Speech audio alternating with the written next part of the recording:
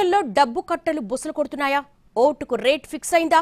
అక్కడ గెలవాలంటే ఇప్పుడు నోట్ల కట్టలు వెదజల్లాల్సిందేనా? హోరాహోరీ పోరులో ఓటుకు రేటు పెరిగిందా? అసెంబ్లీ ఎన్నికల కంటే జెడ్పీటీసీ ఎన్నికల్లో ఓటుకు రేటు పెరిగిందా?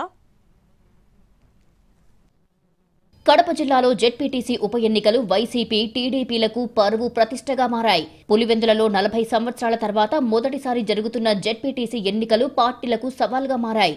సొంత గడ్డపై పరువు నిలుపుకునేందుకు వైసీపీ ప్రయత్నం చేస్తుంటే ఎలాగైనా వైసీపీ ఇలాకలో జెండా పాతాలని టీడీపీ వ్యూహాలు రచిస్తోంది.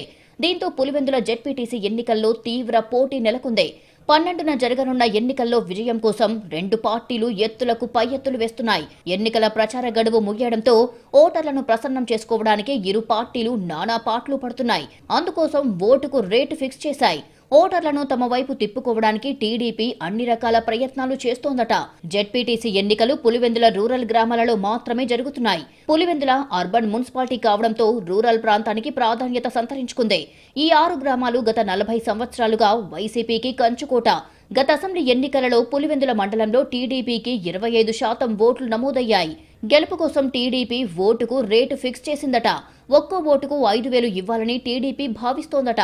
అవసరమైతే ఒకే ఇంట్లో ఎక్కువ సంఖ్యలో ఓటర్లు ఉంటే అక్కడ 50,000 నుంచి ₹1,00,000 ఇవ్వడానికి కూడా వెనకడుగు వెయ్యలేదని సమాచారం.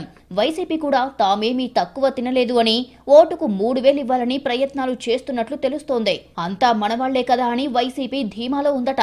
ఇక గ్రామస్థాయి నేతలకు ఈసారి గిరాకీ పెరిగిందట.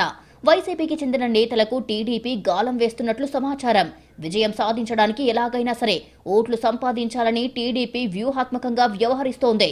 ఇరు పార్టీలు ఓటర్లకు రేటు ఫిక్స్ చేయడంతో నోట్ల కట్టలు బుసలు కొడుతున్నాయట. ఓటర్లు ఏ పార్టీని ఆదరిస్తారో వేచి చూడాలి.